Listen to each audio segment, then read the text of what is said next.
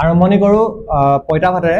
এইটো খাবলৈ লৈছোঁ বেম্বো চিকেন, তাৰমানে খৰিচা দিয়া চিকেন আৰু তিল দিয়া চিকেন। টোটেল 14টামান আইটেম আছে গাইজ ভেজ থালিত। নমস্কাৰ গাইজ, মই বেদান্ত আৰু আজি আহি আছোঁ পইতা ভাত নামৰ এখন হোটেললৈ। আমাৰ TRP ৰোডত আছে যোৰহাটৰ। তালৈ গৈ আছোঁ আৰু তাত কি কি পায় আপোনালোকক দেখাই আছোঁ। আহক তালৈ যাওঁ আৰু কি পাই চাওঁ আৰু আপোনালোকক দেখাওঁ। প্ৰথমে মেনুখন চাই লওক। ইয়াৰে পইতা ভাত যিটো ইয়াৰ স্পেচিয়েল হয়, veg thali, chicken thali, duck thali এইবিলাক পাব বহুত বস্তু। লগতে চিকেন আছে, broiler chicken curry, broiler chicken dry fry, chicken with bamboo shoot, বহুত কিবা কিবি আছে। ফিছ আছে, বেলেগ বেলেগ মাছ পাব, ব্ৰইলাৰ ফ্ৰাই আৰু পাব ডাক আছে, ডাক ফ্ৰাই আছে, ডাক কাৰী আছে, পনীৰ পাব, ভেজিটেৰিয়ান মানুহৰ কাৰণে পনীৰ আছে, চব বস্তুৱে আছে ইয়াত। তো গাইজ দেখিবলৈ পাইছে ইয়াৰ স্পেচিয়েল ডিছ আহি গৈছে পইতা ভাত। পইতা ভাতৰ ওপৰত এপিচ নেমু দিছে, নেমু চেপি ল'ব লাগিব। আৰু লগত ইমানবিলাক বস্তু।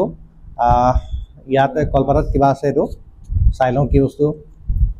কলপাতত মাছ পাতত দিয়া, তাৰপাছত আছে সৰু মাছ ফ্ৰাই কৰিছে, এইটো চাগে কচু হ'বলা, আৰু বিলাহী আলু পিটিকা আছে। এফালে আছে এইটো বুটৰ গুৰি চাগে, আৰু এইটো কিবা এটা চাটনি আছে, আৰু এইটো এটা পিটিকা। ইমানখিনি বস্তু আছে আৰু এই গোটেই বস্তুখিনি হৈছে ইয়াৰ স্পেচিয়েলিটি। আৰু এয়া আণ্টিয়ে লৈ আহিছে আমাৰ। আণ্টি ইয়াক কৈ দিয়কচোন কি কি আনিছে। এয়া ভেজ থালি, এখন হ'ল ভেজ থালি। এটা এইটো মানে স্পেচিয়েল পকৰা এটা দেই। এইটো কোনোবা বহুত মানে কাষ্টমাৰ কয় কি বেঙেনা, কিন্তু বেঙেনা নহয়, কচু নেকি বাৰু? কচুপাত, মই ঠিকে ধৰিছিলোঁ। তোমাৰ এয়া হ'ল তোমাৰ ভেজ থালিত বহুত আইটেম আছে চোন। এনে তোমাৰ ভেজত যাব এইখিনি যায় আমাৰ ভেজত। বাপৰে, 1 2 3 4 5 6 7 8 9 10 11 12 13 14 টোটেল 14টামান আইটেম আছে গাইজ ভেজ থালিত। এইটো ৰেটটো 70 আৰু ষ্টুডেণ্টৰ কাৰণে আমি 60। অ'কে, আপোনালোক যদি ষ্টুডেণ্ট হয় তেতিয়াহ'লে আণ্টিয়ে কৈছে যে 10 টকা আপোনালোকৰ কাৰণে কম, মানে 60ত পাব এই ভেজ থালিটো। ৱাও। আৰু লগত নন ভেজ আইটেম আছেই। নন ভেজ আইটেম কেইটা দেখাই দিয়ক। তিল chicken, bamboo chicken. Okay, bamboo chicken dry আৰু এক ড্ৰপ তেল নাই দেই তাত। ওকে, উইদাউট অইল আছে এইটো বেম্বো চিকেন কাৰী। এইটো হ'ল ডাক কাৰী, এইটো হ'ল মাছৰ টেঙা। ওকে, তো আণ্টি এই নন ভেজ আইটেম বিলাক কিমান হ'ব? মানে ভেজ থালিৰ লগত যদি নন ভেজ আইটেম খাওঁ তেতিয়া আমাৰ এতিয়া ইনে 130 চিকেন থালিটো, হয়, ডাক থালি 150। ওকে, আৰু বাকি 140 ফিছ থালিখন। কিন্তু বাকি তিল চিকেনটা আৰু তোমাৰ বেম্বুটো সেইটো আমি থালিত নাই দিয়া আছে। তিল চিকেন আৰু বেম্বো চিকেন এইকেইটা থালিত নপৰে, এইটো এক্সট্ৰাকে ল'ব লাগিব। ঠিক আছে। এতিয়া ট্ৰাই কৰি চাওঁ। নিশ্চয় ট্ৰাই কৰা। আৰম্ভণি কৰোঁ পইতা ভাতেৰে। খাই চাওঁ আৰু আপোনালোকক কৈ আছোঁ কেনেকুৱা লাগে।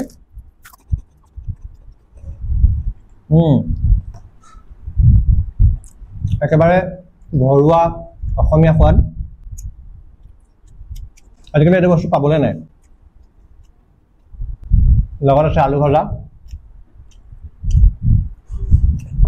পইতা ভাত, আলু ভজা আৰু মাছ পাতত দিয়া, বেষ্ট কম্বিনেশ্যন।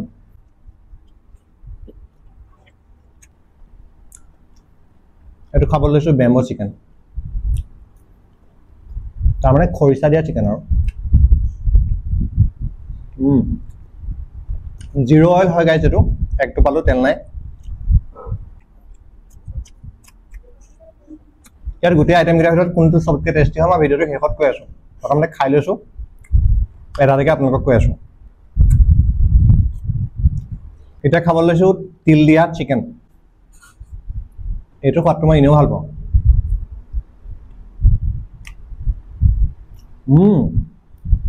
এইটো বঢ়িয়া হৈছে, আল্টিমেট টেষ্ট।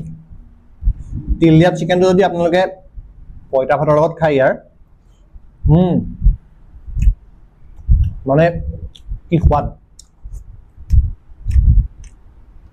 এনেকুৱা গাঁৱৰ সোৱাদ আপোনালোকে টাউনৰ মাজতে ল'ব পাৰিব। লোকেশ্যনটো কৈ আপোনালোকৰ ভালকৈ ভিডিঅ'টো শেষত চাই থাকক। এয়া হৈছে চিকেন কাৰী,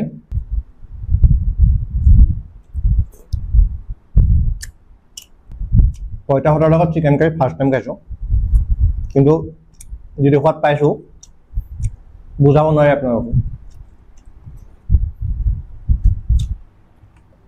আৰু ফাইনেলি এতিয়া খাম ডাক ফ্ৰাই হাঁহ। মই দেখাই দিওঁ চব ভালকৈ।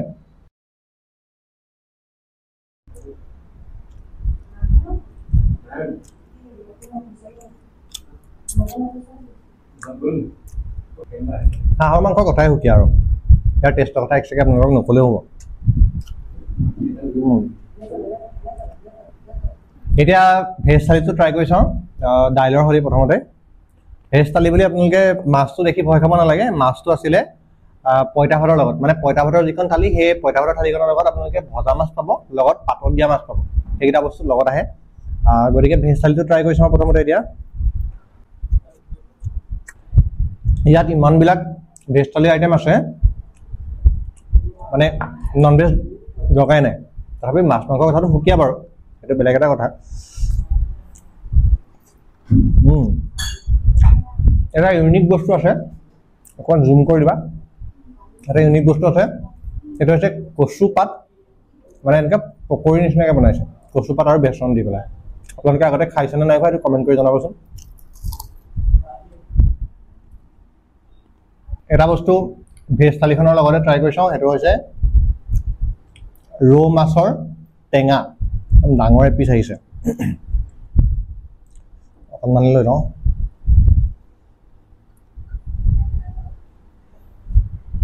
মাছৰ টেঙা এনেও ভাল লাগে, তাতে মায়ে বনোৱা যিটো সোৱাদ।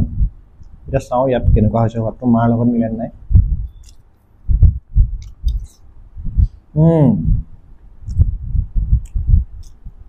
আল্টিমেট হৈছে মাছৰ টেঙা। একদম গৰমৰ দিন এটাত আহি আপোনালোকে ইয়াত মাছৰ টেঙা খাই দিয়ক, দেহা মন চব শীতল কৰি যাব। আপোনালোকক কওঁ শুনক, আণ্টিয়ে মোক ভাল পাই পেলাই এইটো মনে মনে আনি দিছে এক্সট্ৰা স্পেচিয়েল বস্তু। এইটো হৈছে মাছ সৰিয়হ দি বটা। এইটো বৰ ধুনীয়া বনাইছে। ভাবিছিলোঁ অকণমান ট্ৰাই কৰি চাম, কিন্তু এতিয়া কাকন দিওঁ দেখোন। ফাইনেলি খাই শেষ কৰিলোঁ গোটেইখিনি। অলপমান থাকিলে আৰু, মানে মোৰ পেটটো ইমান ডাঙৰ নহয় যে, মানুহটোৱে ওখ হ'লোঁ। বাৰু আপোনালোকে ইয়ালৈ আহিব আৰু খাই কেনেকুৱা পালে সেইটো কমেণ্ট কৰি জনাব। আজিলৈ ভিডিঅ'টো ইমানতে সামৰণি মাৰিছোঁ, আকৌ অন্য এটা ভিডিঅ'ত লগ পাম। Till then bye bye. Guys ভিডিঅ'টো চালে এতিয়া লোকেশ্যনটো আপোনালোকক কৈছোঁ শুনক। মই আছোঁ বৰ্তমান TRP ৰোডত, আৰু TRP ৰোডত এইফালে আছে লুইট ভেলী। লুইট ভেলীখন পোৱাৰ আগতে আপোনালোকে যদি চাই দেখিব পইতা ভাত নামৰ ৰেষ্টুৰেণ্টখন, আৰু সেইফালেদি তাৰ কাষেৰে আছে এটা লুংলুঙীয়া ৰাস্তা। এই ৰাস্তাটো যদি আপোনালোকে সোমাই আহে তেতিয়াহ'লে আপোনালোকে পাব পইতা ভাত ৰেষ্টুৰেণ্টখন।